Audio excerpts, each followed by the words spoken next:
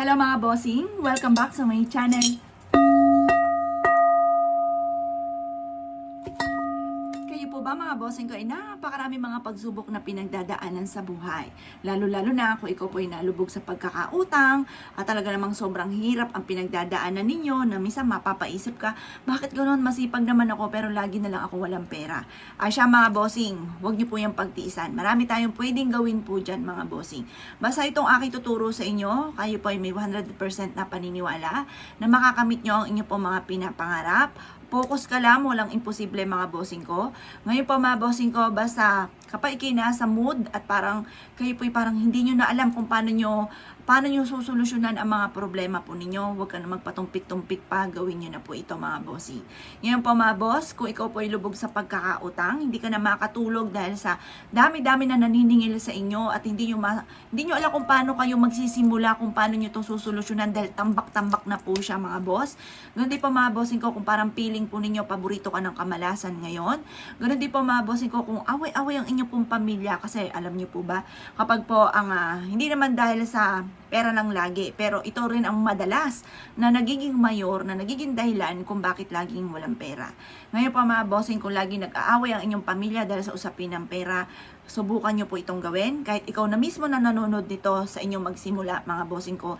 At ito po ay malaking tulong upang sa ganon, kayo po mga bossing ko ay madagdagan ng pagiging positibo. At saka yung bang may inaasahan ka na, ay ginawa ko to, sigurado suswertihin ako. Yung mga ganon, nadadagdagan ng pagiging positibo po ninyo, yung kumpiyansa ninyo sa inyo pong sarili.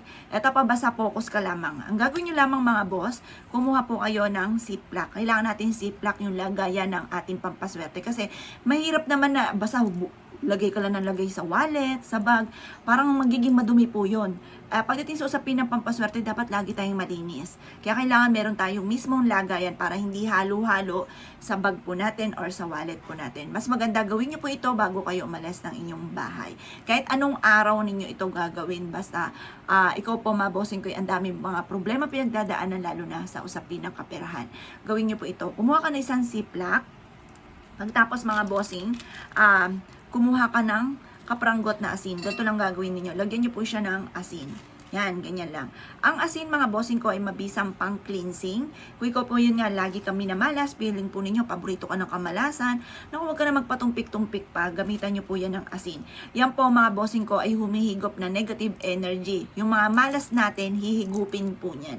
Para hindi ka na lagi minamalas, imbis na kamalasan, puro swerte naman ang darating. Subukan nyo po ito. Kung never nyo pang hindi ito nagagawa, naku, huwag ka na magpatumpik-tumpik pa, subukan nyo po ito. At kayo mismo ay makakapansin, makakaramdam kayo na parang imbis na panay kamalasan, sunod-sunod ang mga swerteng dumarating. Basta kapag ginawa nyo po ito, positive ka lang mga bossing ko, paggaganahin nyo yung inyong law of attraction at ituturo ko sa inyo ang buong detalye ha. Eto, kapranggot na asin, pwede na po yan. Kung gusto nyo, dami-damihan nyo pa mga boss. Yan, ganyan lang. Tapos mga bossing, kailangan natin ng bulak. Ang bulak mga bossing ko, kayo po ba ay nagsasabit ng bulak sa may pintuan ninyo? Kasi alam nyo po ba, yung pagsasabit ng bulak, kasi di ba magaan ito, makakatulong po ito para pagaanin yung dali ng swerte. Parang hindi napakailap ng swerte. Ito parang iaadya ka lagi kung saan lagi ikaw ay suswertihin. Isang bulak lamang mga boss. At pagkatapos po niyan mga bossing ko, lalagyan din natin ito ng isang butil na bawang. Isang butil na bawang. Ang bawang mga bossing ko, nahigop din ito ng negative energy at ipagkakalob sa inyo, generous po itong magbigay ng blessing. Ito po mga bossing, ipagkakalob sa inyo kung ano man yung ninanais po ninyo. Kung ngayon lubog ka sa utang, napakailap na swerte, magulo yung pamilya ninyo, pasaway yung anak ninyo, yung anak ninyo napapariwara, kung kanino napapabarkada, nagkakaroon ng bisyo, yung karelasyon nyo, ganun din mga bossing ko, may mga bisyo siya na hindi maiwasan, huwag mong pawawala itong bawang. Ang bawang mga bossing ko ay makakatulong para kayo po ay mas lumebil up ang swerte. Ang bawang ay hindi lang po pantaboy ng mga bad spirit, ang bawang po mga bossing ko ay nag-a-attract ito na swerte sa pera. Dati-dati mga bossing, medyo may alinlangan ako, bagamat alalaman ko po itong mga ganito, may alinlangan ako, ayaw ko po siyang gawin, kasi kawikaan ko, parang imposible naman, pero alam niyo po ba, ang ginawa ko, sabi ko sa isipan ko, bawang lang naman wala namang imposible na, wala namang masama na gumamit ng mga ganito, dahil bawang lang naman, hindi man ako gagastos ng malaking halagang pera, at saka wala rin naman akong gagastusin noon mga boss.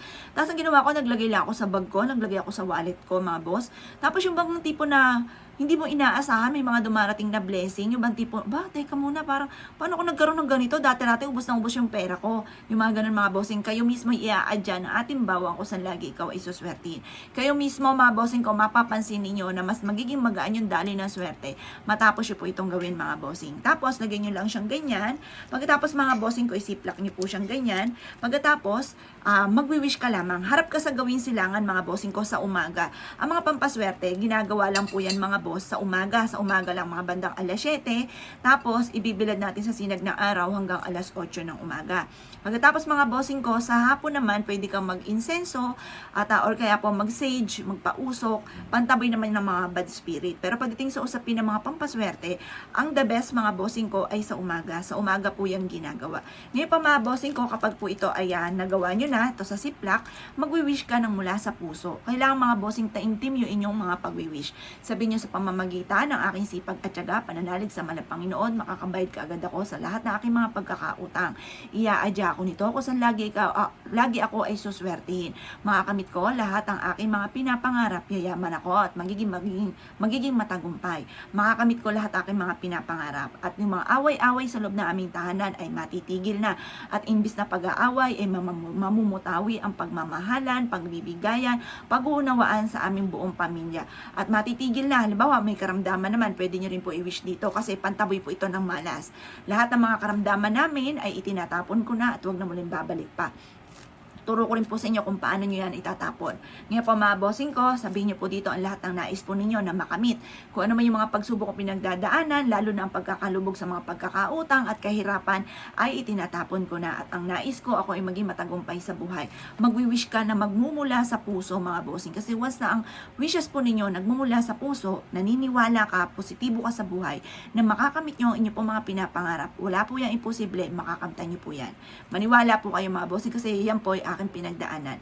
Ang aking mga sinishare sa inyo ay base sa aking mga karanasan mga bossing. Na hindi ako makapaniwala, dati ultimong ring light, wala akong pambili mga bossing. Yung mga ganyang background, wala akong pambili niyan. Sa liwanag lang ako ng sinag ng araw, nag-wish dati mga bossing ko at nagbibideo. Ngayon pa mga bossing, basta mag-wish ka mula sa puso, kung ano yung nararamdaman nyo, yun ang sasabihin po ninyo.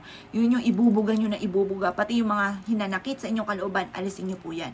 Tapos sa umaga, humarap ka sa gawing silangan, itinatapon ko na lahat ang kamalasan ko at huwag ka na muling babalik pa, itinatapon ko na, gano'n, ito throw away niyo yan sa malayong mga bossing ko, sa may silangan nyo gagawin. Lahat ng aking karamdaman ay itinatapon ko na at huwag ka na muling babalik pa, gano'n po mga bossing ko.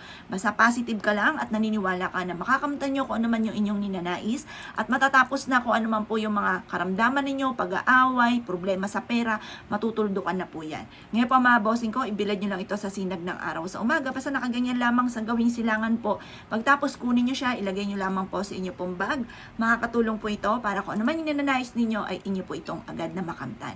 Kaya kung ikay naniniwala at nais nyo po itong gawin, asya mga boss, good luck po sa inyo po lahat.